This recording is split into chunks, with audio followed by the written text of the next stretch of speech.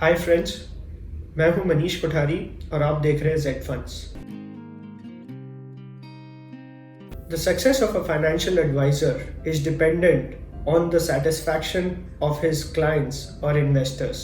और clients या investors को satisfy करने के लिए बहुत ज़रूरी है कि उनका पोर्टफोलियो सही परफॉर्म कर रहा हो, which in turn is dependent on the right construct of the portfolio।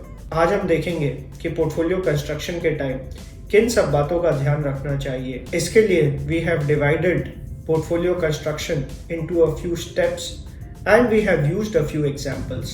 First and most important, जो आप सब लोग जानते हैं और करते भी हैं, इन्वेस्टर्स के फाइनेंशियल कंडीशन और उनके गोल्स को जानना बहुत ज़रूरी है। जब भी हम कोई इन्वेस्टर से फर्स्ट टाइम मिलते हैं तो हम उनका age, current income, family size, goals etcetera पूछते हैं उनसे। ये हम इसलिए पूछते हैं कि जब भी हम कोई क्लाइंट से मिलते हैं या क्लाइंट के साथ बिजनेस करना चाहते हैं तो दो चीज़ें बहुत इंपॉर्टेंट है, expectation setting and meeting that expectation over a period of time. Expectations of a 30-year-old recently married couple and a 60-year-old who's about to retire in a few months will be very very different। बहुत important है कि जब भी हम client से मिलते हैं तो उनका एक्सपेक्टेशन सबसे पहले समझे। Once we have understood their expectation, it becomes very simple for us to understand the risk level, the returns that they are expecting.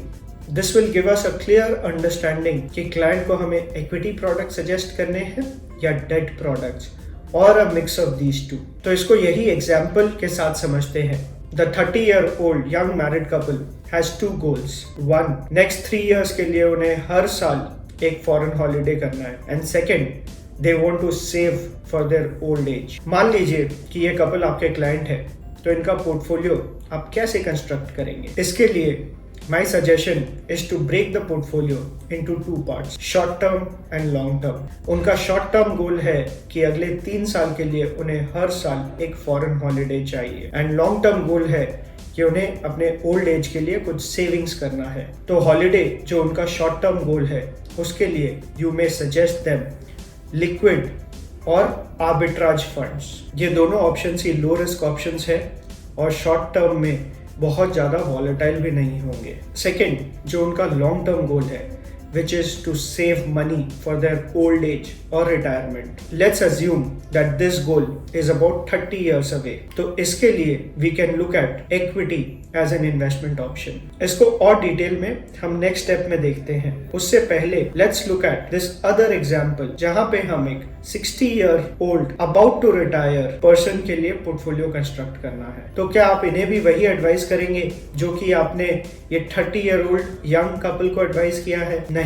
To advise this gentleman who is about to retire in the next few months, आपके लिए ये जानना बहुत ज़रूरी है कि वो इन पैसों का क्या करना चाहते हैं। उनको रेगुलर इनकम चाहिए या नहीं चाहिए आगे, उनको ये पैसे अपने बच्चों को कैसे ट्रांसफ़र करना है, एटसेट्रा एटसेट्रा। तो मान लीजिए कि their pension would be enough to cover their day to day expenses, और वो इन पैसों को अपनी फाइनेंशियल सेफ्टी के लिए कहीं लो रिस्क ऑप्शन में इन्वेस्ट करना चाहते हैं। They are not looking at very high returns. What they are looking at is post tax they should be able to beat bank fixed deposit और inflation. तो इसके लिए आप उनको low risk debt funds suggest करेंगे। तो ये first step जिसमें हम कस्टमर को या कस्टमर के गोल्स को समझते हैं, वो इसलिए इम्पोर्टेंट है कि this will lead us to create an asset allocation plan for him, कि कितने पैसे डेट में जाए, कितने पैसे इक्विटी में जाए। Once we have defined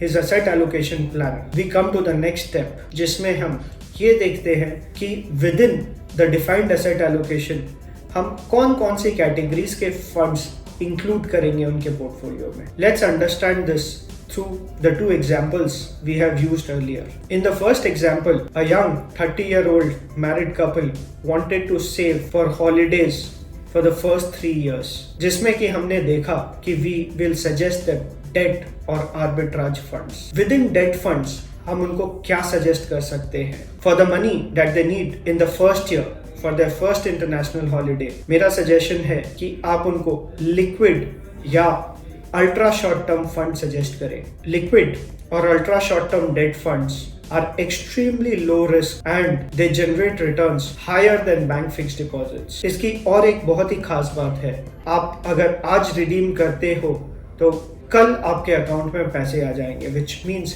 they are extremely liquid। Now coming to the second part of their holiday planning, which is for their second and third holidays, which is required in the second and third years। तो अगर ये couple 30% which is the peak tax rate bracket में आते हैं तो my suggestion is to advise them arbitrage funds।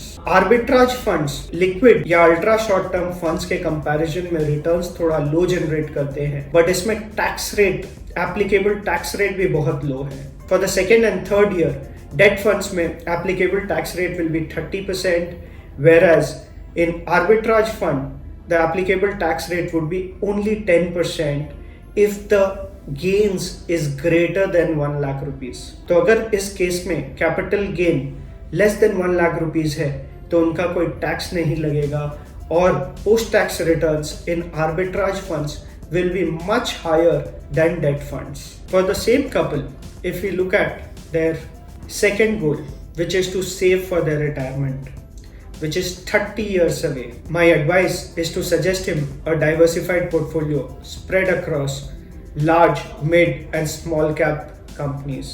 शुरू में आप small और mid cap के towards allocation भी ज़्यादा रख सकते हैं, but as he nears retirement, you can increase allocation towards large cap side of the portfolio। This way, he will benefit from high growth of small and mid cap companies। Second example, जहां this person who's about to retire will get a lump sum money which he doesn't want to use for his regular expenses, but ये इस पैसे को कहीं safe invest करना चाहते हैं कि कभी भी जरूरत पड़े तो वो use कर पाए। His time horizon is long, that is more than 3 years। Another important thing that he wants to achieve is beat fixed deposit rate and inflation। तो इसके लिए I would advise him short and medium term debt funds which invest in very high quality AAA bonds। These funds could be banking and PSU debt fund or AAA rated corporate debt fund। ध्यान रखिएगा कि इन funds का average maturity should not be more than 3-4 years। ये इसलिए important है कि आप नहीं चाहते हो आपके ये client का portfolio is exposed to interest rate risk, and when you are advising him banking PSU debt or AAA corporate debt funds, आप इस बात का भी ध्यान रख रहे हो कि इनका portfolio is not exposed to credit risk or default risk। An important point to note here is कि पोर्टफोलियो में बहुत ज़्यादा फंड्स नहीं डालें। An ideal portfolio should have not more than 4 to 5 funds। ज़्यादा फंड डालने से पोर्टफोलियो ज़्यादा डाइवर्सिफाई नहीं होता है। If you have lesser funds in a portfolio, it will make your job much simpler to track the portfolio, which leads me to the third step, which is tracking the portfolio। आपने अपने customers के लिए portfolio तो बना दी है, execute भी करा दिया है, यानी कि इन्वेस्ट भी हो गए हैं उनका पैसा। नाउ इसको ट्रैक कैसे करें? आपने अपने कस्टमर के लिए लॉन्ग टर्म के लिए पोर्टफोलियो बनाया 20, 30, 40 इयर्स। इस पीरियड में काफ़ी कुछ चेंज हो सकता है, जैसे कि उसका करंट इनकम, उसकी फैमिली साइज, उसके गोल्स, उसके liabilities, lot of things can change. Hence it is very important to track not just the portfolio but the changing needs of your client। और अगर उनकी requirements या needs change हो रही है तो it is your responsibility to change the portfolio to match their new needs or new requirements। If we look at the first example, this young couple might get a windfall gain in the next few years, which can come because of professional success, which can come because of business doing very well, etc etc। और ऐसे situation में उनका risk tolerance and उनकी requirements भी change होगी। It is very very important to be in constant touch with your customer, understand the changing requirement और the changing need regularly and see if the portfolio is keeping pace with that. अभी तक आप ये तो समझ ही गए होंगे कि कोई भी दो इन्वेस्टर के नीड्स सेम नहीं होते हैं, इसलिए पोर्टफोलियो कंस्ट्रक्शन के लिए बहुत इंपॉर्टेंट है एक फाइनेंशियल एडवाइजर के लिए कि वो अपने क्लाइंट्स या इन्वेस्टर्स के नीड्स को अच्छे से समझे एंड अकॉर्डिंगली उनका पोर्टफोलियो कंस्ट्रक्ट करे। अगर आपको या आपके इन्वेस्टर को पोर्टफोलियो कंस्ट्रक्शन में कोई भी हेल्प चाहिए तो हमारे वेबसाइट zfunds.in पे विजिट करें या कमेंट्स में लिखें। Thank you for watching ZFunds।